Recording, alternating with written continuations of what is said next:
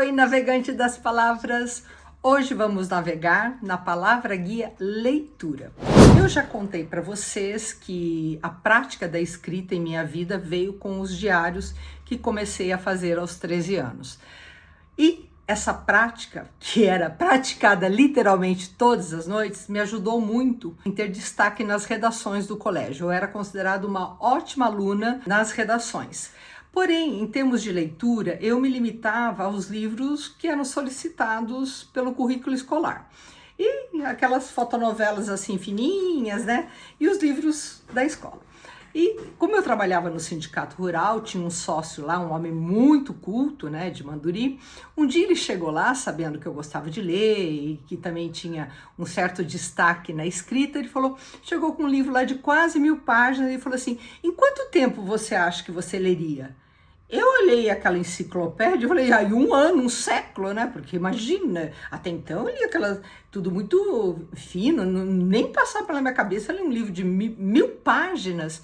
Eu tinha 14, 15 anos.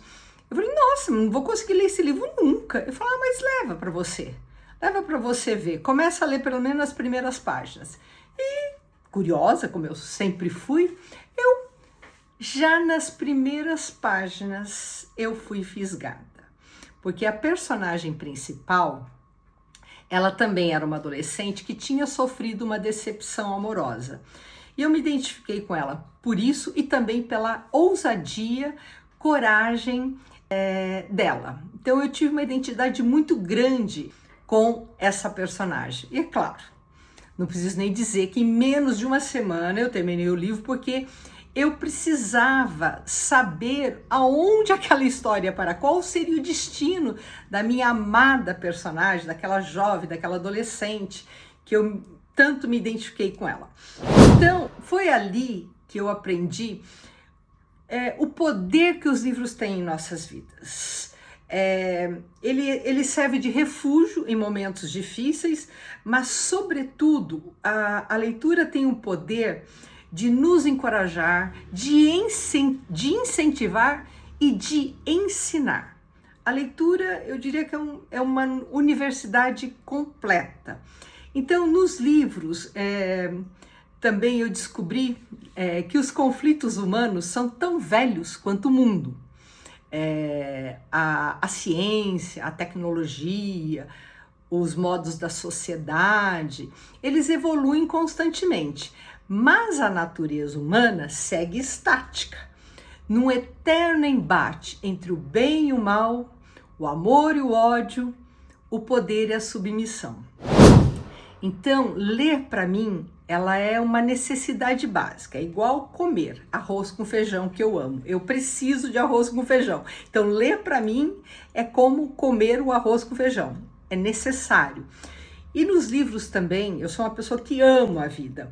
E nos livros eu busquei mais motivos ainda, eu encontrei mais razões para amar a vida, independente dos problemas que ela me traz.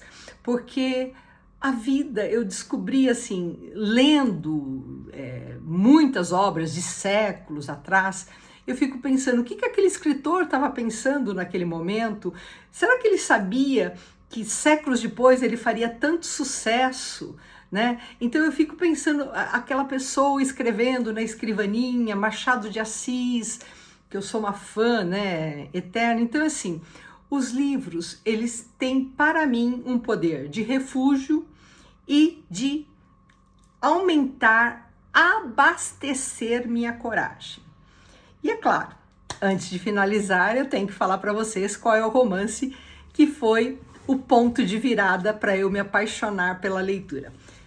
Entre o Amor e o Pecado, deixa eu ver se está dando para ver, olha, bem velhinha essa obra, é da Kathleen Winsor, é uma obra, eu não vi aqui, mas é dos anos 50, eu acho, aí não vi, não vou chutar não. Então, tá aqui, a versão em português da Kathleen Winsor, Entre o Amor e o Pecado. Mas eu também, essa versão, como eu peguei no sebo, ela é antiguinha, ó, as letras são minúsculas, né? E ela tem 500 páginas, né? Aqui, nesta versão. Porém, a versão original, que é Forever Amber, ela tem as tais 1000 páginas que eu falei para vocês, né? Olha só, mas já é uma letra maior. Eu, particularmente, eu gosto do título em inglês, Forever Amber. Se fosse traduzir para o português, eu teria traduzido Para Sempre Amber, porque Amber é a personagem principal.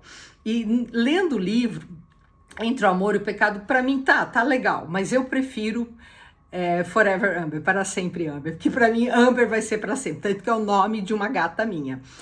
Então eu quero aproveitar aqui, antes de encerrar, e falar quem foi a pessoa que me presenteou com algo que não tem preço. Era um homem muito culto de Manduri, o senhor Benjamin Rufka, em memória. Eu sou eternamente grata a ele por ter aberto os caminhos que só quem é apaixonado, apaixonada pela leitura descobre. O poder que a leitura tem de tudo, de nos ensinar, de nos consolar. Como eu já disse, eu preciso ler. Como eu preciso comer, beber, dormir, né? Faz parte das minhas necessidades básicas. Então era isso. Hoje embarcamos na leitura. Já começo a falar um pouquinho dos livros que tiveram importância também para que eu desenvolvesse a vocação de escritora. É isso por hoje. Espero vocês na próxima rota. Paz!